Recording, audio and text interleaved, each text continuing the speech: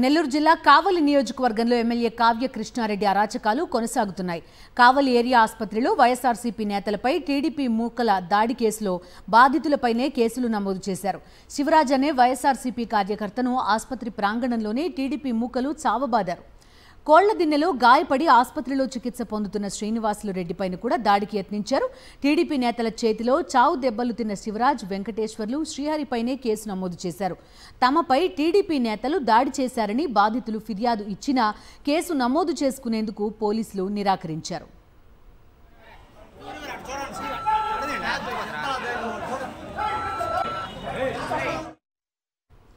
పూర్తి డీటెయిల్స్ అందిస్తారు మా కరెస్పాండెంట్ వెంకటనారాయణ. ఒకవైపు దాడికి గురయ్యారు, మరోవైపు వేళ్లపైనే కేసులు కూడా పెట్టిన పరిస్థితి. ఏం జరుగుతోంది?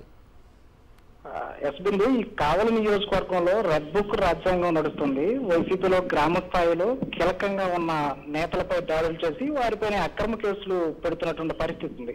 తాజాగా గోగోల్ మండలం కోళ్లదిన్నెలో ఘటనలో కూడా ఇదే జరిగింది. స్థానిక వైసీపీ నేత శ్రీనివాసులు రెడ్డిపై టీడీపీ నేతలు దాడి చేసి గాయపరిచారు. తర్వాత శ్రీనివాస్ రెడ్డి హాస్పిటల్లో చేరిన తర్వాత కూడా మరో 10 మంది టీడీపీ నేతలు హాస్పిటల్లోనే చికిత్స పొందుతున్న శ్రీనివాస్ రెడ్డిపై దాడికి ప్రయత్నించారు. అడ్డుకోబోయిన శివరాజ్తో పాటు మరో ఇద్దరిని కూడా చావబాదారు. అయితే మనం స్క్రీన్ పైన చూస్తున్న విజువల్స్ లో శివరాజ్ ని కింద పడేసి ఆ తీవ్రంగా కొడుతున్నటువంటి విజువల్స్ ఉన్నా కూడా వీళ్ళపైన ఎవరైతే బాధితులు ఉన్నారో ఆ శివరాజ్ కావచ్చు, వెంకటేశ్వర్లు, అలాగే శ్రీహరి, వీళ్ళ ముగ్గురు పైన కేసులు కట్టారు పోలీసులు.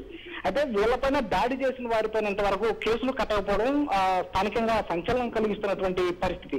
అయితే పోలీసులు చెప్పే వర్షన్ ఏంటంటే మారణాయుధాలతో హాస్పిటల్లోకి వచ్చారు, అందుకని చెప్పి వీళ్ళపైన కేసులు కట్టామని పోలీసులు చెప్తున్నా కూడా అయితే ఈ విజువల్స్ లో క్లియర్ గా ఏదైతే శివరాజ్ ఉన్నాడు, ఆ బ్లాక్ షర్ట్ వేసుకున్న శివరాజ్ పై ఆ దాడి చేసి తీవ్రంగా కొడుతున్నా కూడా పక్కన వాళ్ళు అడ్డు చెప్తున్నా కూడా అతనిపై దాడి జరుగుతుంది. అయితే ఇతని పైన మాత్రమే కేసులు కట్టడం, కొడుతున్న వారిపైన కేసులు పెట్టకపోవడం అనేది పార్టీతో పాటు ఆ కావలి నియోజకవర్గంలో ఒక చర్చ నడుస్తున్నటువంటి పరిస్థితి ఉంది. Okay Venkatanarayana, thank you.